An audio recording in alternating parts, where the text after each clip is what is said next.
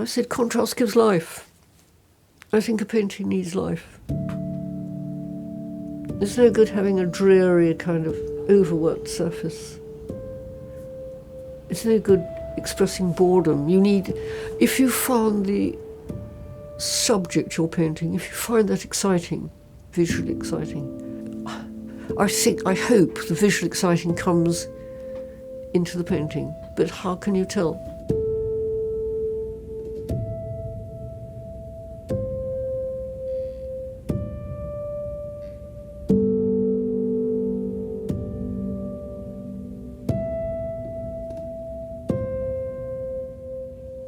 I'm Rose Wylie, and I'm sitting in my upstairs studio in my house in the village of Newnham in Kent, in England. The studio it's not particularly big. It's, in fact, I think probably it would be called modest or small. If you're being rude, you'd probably call it small. But I can work in it. I can reach a canvas which touches the ceiling. They often do, and I put the canvases onto two main walls, and it suits me. It's got windows on two sides. It's got two double radiators. It's centrally heated, and so it's warm in the winter, and it's cool in the summer. So I like that. The floor it's wooden planks. It's not a concrete floor. It's wide wooden planks, and the planks are covered with newspaper. That's because it's not an affectation. It's because I use newspaper a lot. It's not for reading the news. I wipe my brushes with newspaper, and I rub the painting with newspaper, and then I throw it on the floor, and it accumulates and it builds up, which means that there's a kind of softness on the floor. And it's a bit like walking on fallen leaves, but it's not a carpet. It's not a carpet is a domestic intrusion, and I don't want that. It's newspaper, and it's all it's all evidence of my practice, and I pick up paper off the floor to wipe my brushes. Also, I like the fire with the paper. All of this, so the paper has a function. And I like newspapers. I like image and print.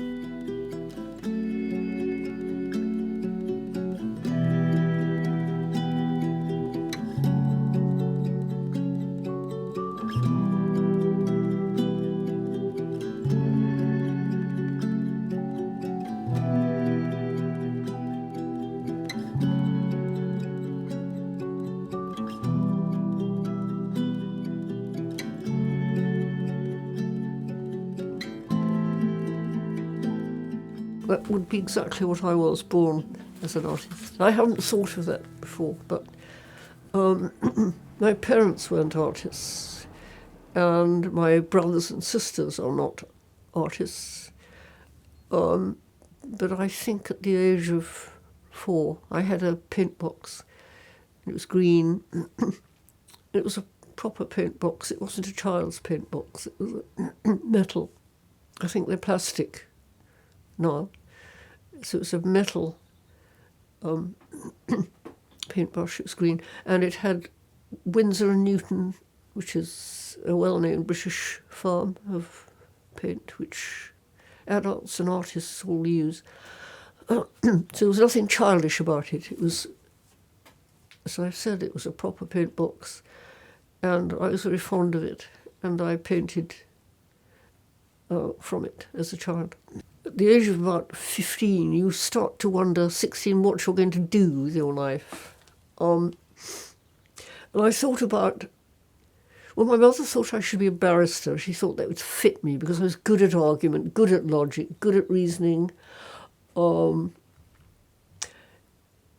she thought that would be good. But my memory was never good. I wasn't born with a great memory. I wasn't sort of, I can't remember lists of names, I can't remember dates, and I can't remember where things are in the world. I know the painting, but I don't know which gallery it's in, or I can't be bothered to find out. Anyway, so I thought barristership, or barristerness, or whatever the word is, barristerhood perhaps, is not good, wouldn't suit me. I think at school I'd done art, and I'd done A-level art, and there was a Giotto on the wall in the school, and a Cézanne prints, not proper.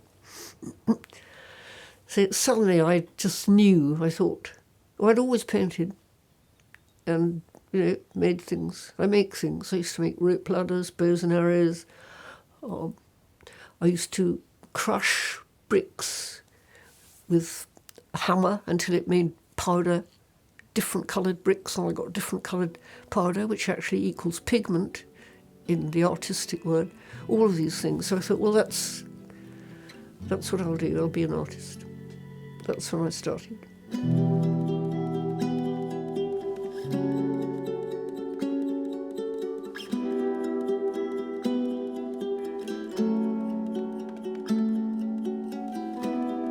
I can't just go on from an old painting and start a new painting. I find that difficult. But the way, I suppose, I think it is intuitive. I don't have a plan unless I am doing an alternative for the painting, which I've already done. Then I do have some sort of plan, because I think, well, I've done one and now I'm going to work with the same painting but let it go into a different direction. So that's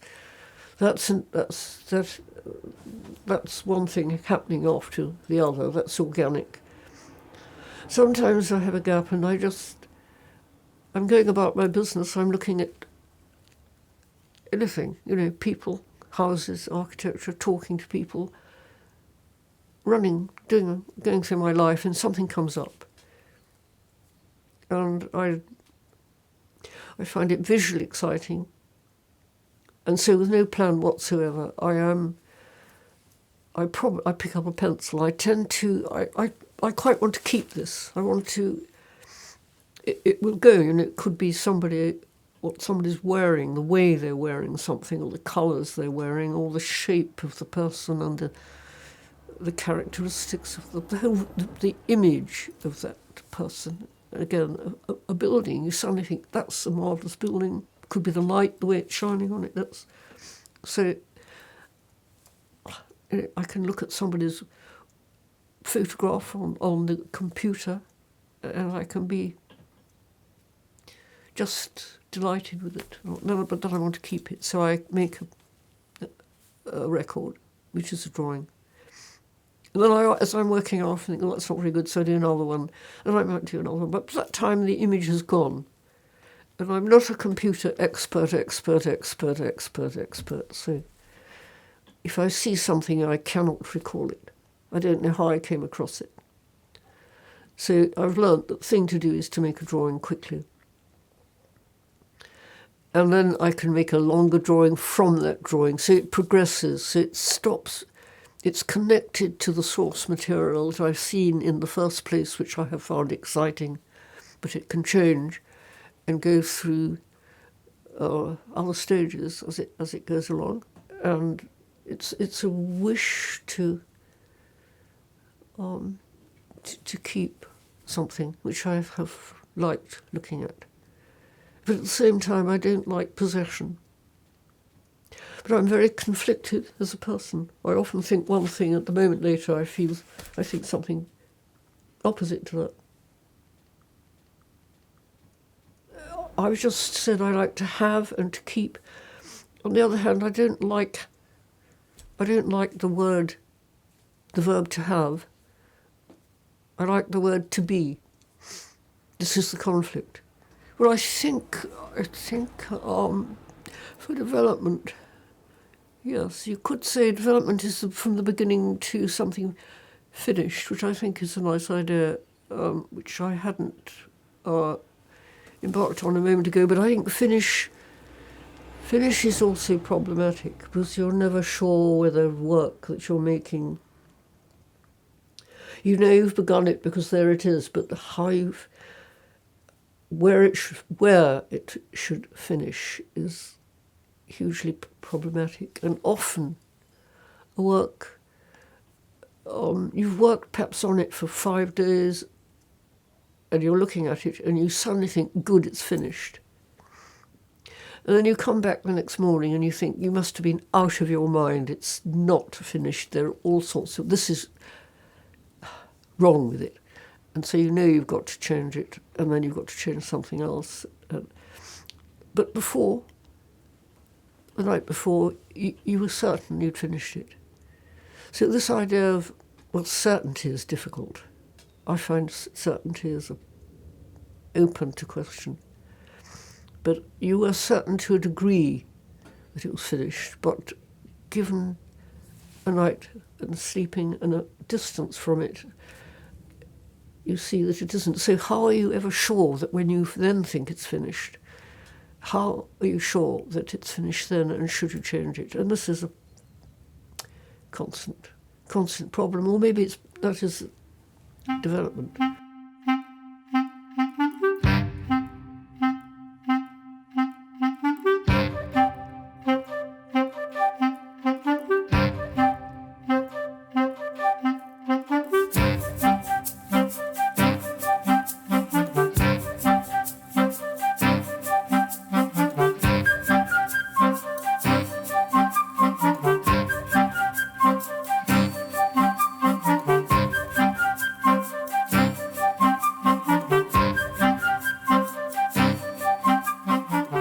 I'm trying to get something which looks all right. It has a quality, and it's hard, again, to say what quality is. But I do like contrasts, and I think probably I don't know, I like contrasts all over. They are scattered. With the Asian race, I like the contrast between the complexion, which is pale, and the hair, which is dark. You know, I like the contrast of life and death. I like the contrast of a light colour and a dark colour. The contrast of a thin line and a thick line, a fragile line and a strong line. So, you know, a light colour, dark colour, a small shape. You know, I like the contrast of stuff out of scale. All of these things happen. And I can't say quite how they happen, but because I like these things, they are part of me, and therefore they happen in the painting. So it's not something, I'm not thinking, oh, I'm going to have a jump of scale here. I'm going to do something small, I'm going to do something big. It happens. But at the same time, while I'm saying this, I did a painting called Nebuchadnezzar's Dream. And in the dream, Nebuchadnezzar he was lying asleep in bed, and he saw an immense man standing at the foot of his bed, huge, with 4 separate stages, bronze, gold, I don't know, feet of clay, 4 things, bronze, gold, iron.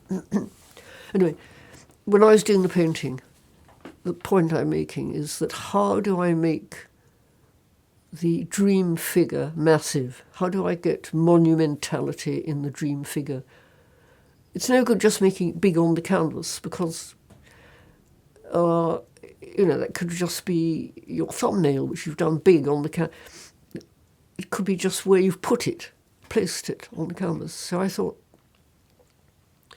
the obvious device is to put the little figure of King Nebuchadnezzar at the bottom, very, very small, and make the statue that he saw, the man that he saw, the whole 6 foot of the canvas. So I did use, definitely there, I used a device in order to declare scale. But normally I don't do that. I just bring a bird's head right up to the front and have, I don't do jumps in scale because I want to do jumps in scale. In one way, some of my paintings are quite easy to copy, but you wouldn't be able so easily to copy the way I get to the painting. You can copy the final look of the painting, but how you get to it is just as important. how I get there is very personal to me, and it's all part of making decisions during the process of making the painting. And decisions, I don't like decisions. So I'm interested why I have ever taken up painting, because painting is about decisions from the start to the finish. What you paint, how you paint it, how you go on painting it, what you lose, what you change, whether or not to change it. It's all about decisions, aesthetic decisions from start to finish. And I don't like decisions, so. But then I can't memorise text, so I'm stuck. I'm stuck between. There's always something that's a thorn in the picture, which I think probably. Anyway, I don't mind that, because I like thorns. I like something to work with, and I know these are things I have to work with, but I don't intend to work with them. I just think, oh, I'll make this picture and it'll be lovely. It never is.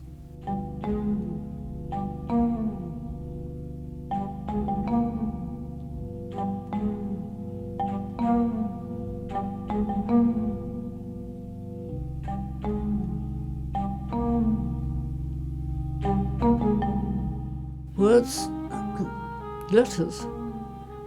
It's not the word, because the word has a meaning, but the letters themselves I see just as part of the painting. It's no difficult. I mean, you can look out of the window and you can see branches and they form letters. You can see there's a great big A there across it. There's no difference between things, objects in a painting, and the letters. Words interrupt this because they can be interpreted in a certain way, which is why I often let the word run off, because I don't mind whether people interpret the word or whether they read the word, but the words are there, so in a way they're asking to be read. But I don't. So this is part of the conflict, because I don't want people to only read the word if it's on the painting. I want them to look primarily first at the painting, but then the word is part of the painting. But part of it's not the meaning so much of the word, it's how it sits, how it works with the painting. And also, you can distribute words all around the surface of the painting, which, with lines, often the lines belong to something, but they don't necessarily, they can be just lines. I said I'm conflicted, as I was saying. The lines can just sit unrelated to the painting, or they can define something in the painting. So you've already got that. But letters, I think a lot of them are very beautiful, and they are easier to do, and this is important. They are much easier to do than to do a face. A face is full of pitfalls. A face can look sentimental. It can look too hard, too harsh, too wrong, whatever it is. It's so easy for it to go wrong. It can be simpering, it can be too conventional, it can be too ordinary, it can be too distorted. It's very open to going wrong. The letters, not so much.